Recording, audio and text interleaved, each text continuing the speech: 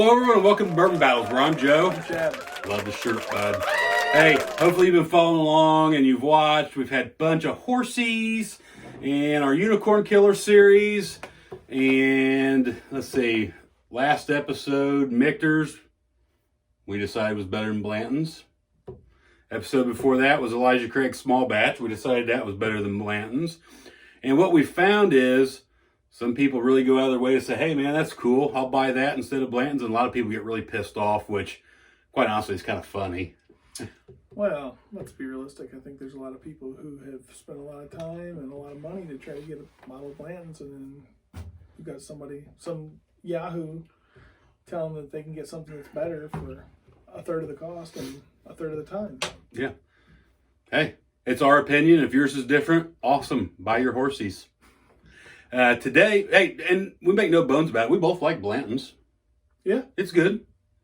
We just think there's things that are as good or better that are pretty easy to find, and that's the whole point of this. So today, we're not going to do Blanton's this time. We'll do more in the future in the Unicorn Killer series. We're doing one today. He's got a horsey on it. It's a true unicorn. True unicorn. We'll just go ahead and say what it is here, and then we'll get to something else before we start tasting. Rock Hill Farms. Single barrel. What's this proofed at? 100 proof. And it is a once-a-year release, so it is a true unicorn. And it is highly allocated. Yeah, I got no idea. I don't own one. This will be my first time ever having Rock Hill Farms. Have you ever seen one on the shelf? Like Justin's in Louisville for $1,450 or something ridiculous. Should we go ahead and show them what we're going to go up against, or wait? Sure. Wait. No, go ahead. So what we're going to have go up against the old Rock Hill Farms is good old Jim Beam single barrel. So we'll see how that shakes out. I'm a big fan of this stuff. This you can find everywhere. Everywhere. Out of curiosity, I was in a couple of places yesterday, and they both had this. So at retail, they didn't mark it up. Well, if we choose that one to be better, then that will be an official unicorn killer. So what you do is, whenever we announce there's a unicorn killer, like the Elijah Craig or the Michter's, and we'll see maybe Jim Beam single barrel, run out as fast as you can and buy it all. Because there's getting ready to be a mad rush. Like, oh my God, Fred Minnick says Barrel Seagrass is the number 2 whiskey of 2021. You can't find it anywhere. Hurry, quick, go. You can have all of it. Yeah, I've never had it. Have you? I've tasted it. Is it good? You can have all of it. I've never had it. I don't know. So I've had a few of their products, and I thought they were all right. So yeah, I'll work on getting one. We'll try it on here. Fair enough. So, by the way, we talk about, like, this Rock Hill Farms. It is a horsey. If you look, it's got a daddy horse and mom and baby horse. There's all kinds of horsies on this. And I have an idea for a new bourbon brand. Okay. There's a company in South Africa that just came out with a new gin. Have you heard of this? I just listened to it on one of my favorite podcasts. I won't mention the name of the podcast here. They may not like what I'm getting ready to say. But they're infusing this gin in South Africa with elephant dung. They steep it like a tea bag.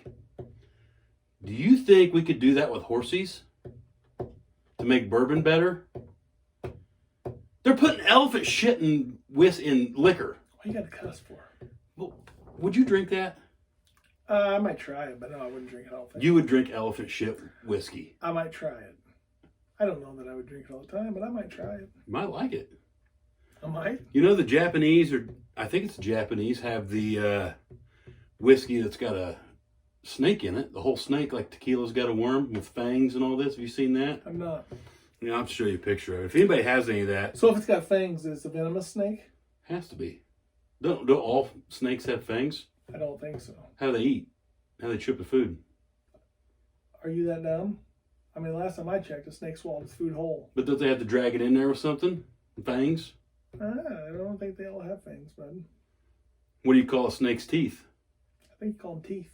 Oh, I didn't know. Travis Eads is watching this. Let us know. That's true. He would know. He would know. He would know. That's or David. True. Or any of them. Or any of them. Yeah, maybe Marcus would know. I don't know.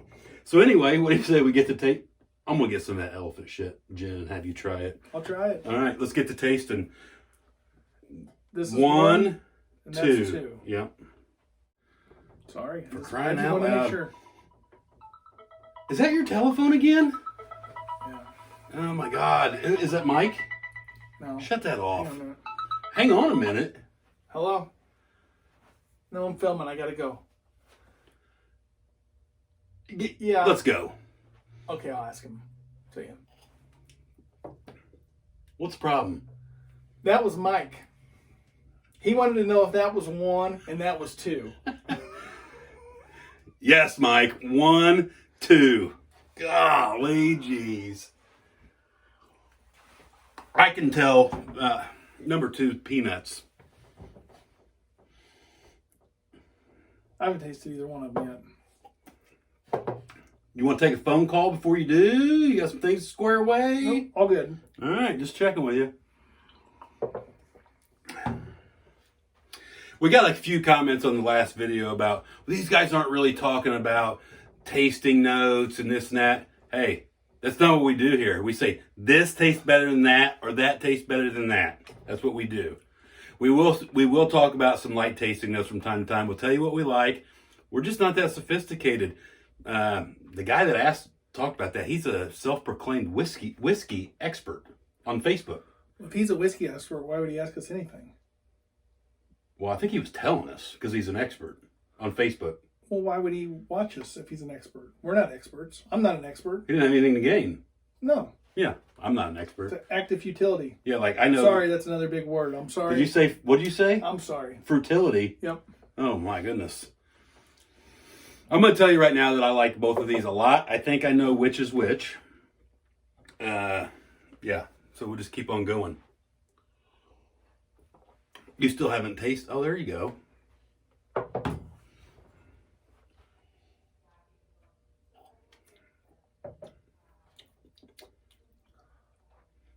One is definitely warmer than another. This one's, I feel like this one's warmer than this one.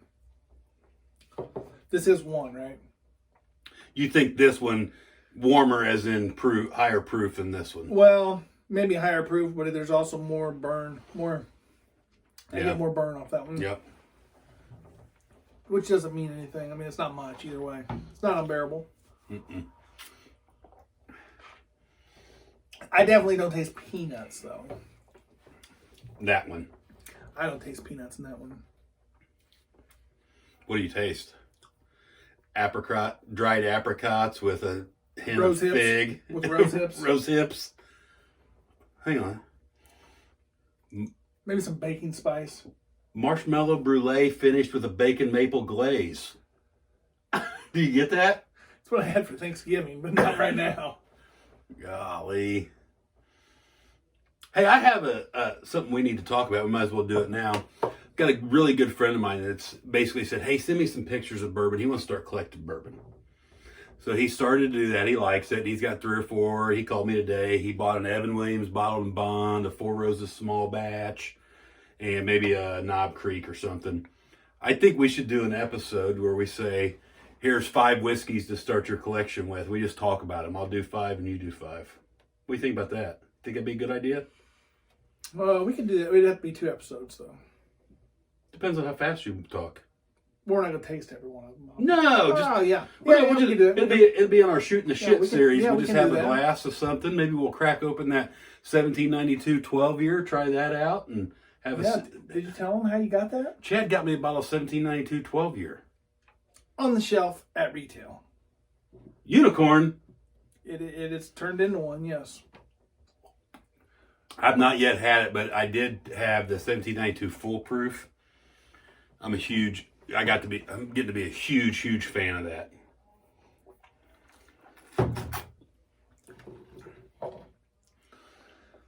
So there is zero. That's burn. 1. Is this 1? There's 0 burn on this. No, there's none.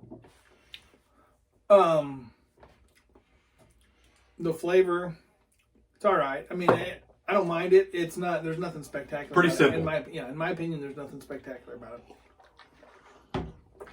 No, it's I know which one's which, I think. I'm guessing you do too. I think so. Let me try this one again real quick.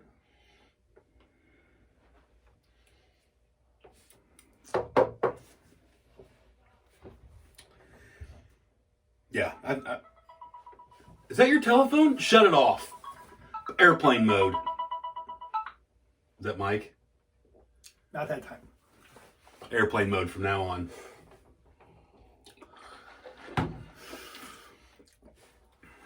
All right, so I'm pretty sure what I'm going to pick, most people wouldn't. But that's just me. I'm going to say one is a little better, and I'll just tell you now. I'm going to say a little better, too. I think this one is a little better. That's all. And the only reason I think that is because I just think it drinks better than that one. I think that one's. I think this is probably the Jim Beam, and I think this is probably the Rock Hill Farms. Yeah. I think the overall flavor in the Jim Beam is probably better, in my opinion. I think there's more flavor, but I also think with that flavor you get a little more burn and a little more harshness on the backside of it. Yeah. You know. And I'd say a little better also, but I'm going to go with it number 2. Now, I'm a big Jim Beam fan. I like that peanut taste I get out of there. But yes, number 1. Let's go ahead and look. What do you say? You want to go? Yeah, I'm pretty certain what it is, but yeah. So number 1 is the Rock Hill Farms. It was much easier to drink. It's very good. And it is a true unicorn. True unicorn in the world of whiskey. I would say if you like whiskey and you see this on the shelf at retail, I don't even know what it retails for. I got to bring it 60 something. $49. Yeah. If you got to get it. Yeah. You need that. Yeah, if you can find it on the shelf at retail, definitely. That dude right there, this is, one of my favorites. It's less, but not much. They're close to the same. And what's this, 108 proof? Mm-hmm. I don't really know that that's going to make that much difference as far as the burn or the harshness. This probably is not as old as this either, which, I don't know if that has... I'll put that on the screen if I can find it, the age of each. Right. Doesn't say how old it is, but either way, I mean, they're both drinkable. And for someone who is trying to find something that like this, you're gonna have terrible luck. You might be able to find it, and if you do, you should buy it. But if you can't, then this is a good substitute, which is in the Central Midwest. It's available everywhere that I've looked or seen. Yeah, my personal opinion is like this fella Kurt, who I was talking to today. Hey, try this, as he's getting into bourbon a little bit. Once you start down the road of higher proof stuff and single barrels and those different things. And the thing about it that's good about this, for the viewers at home, these are both single barrels. Yeah. It's more like apples to apples, not apples to oranges. Oh, yeah. You can't compare a single barrel to a small batch, by God. Whatever. That was that Facebook expert. Mm-hmm. Same guy. So on the single barrels, once you get into this is a great one to start with. As well as like a Russell's Reserve for single barrels. I'm not a huge fan of this, but a lot of people are. Four Roses. When you start venturing off into single barrels, with the exception, those 3 that I just showed you, they're everywhere for the most part. They're all priced pretty good. That's a good place to start, in my opinion. The great thing about this as a single barrel is that it's a once-a-year release. So it's going to be completely different next year. Well, ish. I don't know if it will. I mean, my thought would be, since it's a once-a-year release, they've got it narrowed down pretty good as far as storage, rickhouse, whatever, to keep it pretty consistent throughout, because they only release it one time a year. But I don't know. I could be wrong about that. And I would say the same thing with this, only the fact is this is released in a much higher volume. But I still bet you that the taste profile is pretty much the same. I have a couple of these. You have some of these. I think they're awful stinking close. Well, and the thing about it is both distilleries absolutely know what they're doing. And yeah. The distillers and the distillers' helpers and everyone else absolutely knows what they're doing, or they wouldn't be what they are. Single barrels can vary quite a bit. I'll give you a great example. When you get into store picks, those are single barrels typically. Or should be almost always, right? When you get into the Buffalo Trace stuff, I can taste quite a difference between the regular stuff on the shelf, the single barrel selects, and even between there are some really good store pick versus batched whiskeys out there that a person wouldn't think. I mean, a lot of that's going to depend on who is picking the barrel too. Yeah, I mean, me personally, I've not had an Elijah Craig store pick that really blows my socks off. Right. Haven't had a Larceny that blows my. I am sorry about what? This. Dude, does that thing have airplane mode? That's where it's going right now. So the Elijah Craigs, the Larcenys, those picks, they're good. Don't get me wrong, but they're not a huge far cry away from the regular. Like the Buffalo Traces, I'm a huge fan of the Buffalo Traces. They're a lot different to me. I'm a huge fan of the Maker's Mark Private Selects, but that's because they're delicious, and they're all different. I mean, they're all different. Yeah. And you can track them. I mean, there's countless possibilities, right? With the different staves, the 10 different staves. Mm-hmm. But every one I've ever had has been within 3 proof points of each other. So. Well, they're small batches. They're not single barrels. I don't know if I agree with that. I don't know if I agree with that either now after I said it. You better look that up and put that on the screen for the viewers. Yeah, I've probably been listening to too many Facebook you better experts. Put that Budweiser down is what you better do. Huh? This is delicious.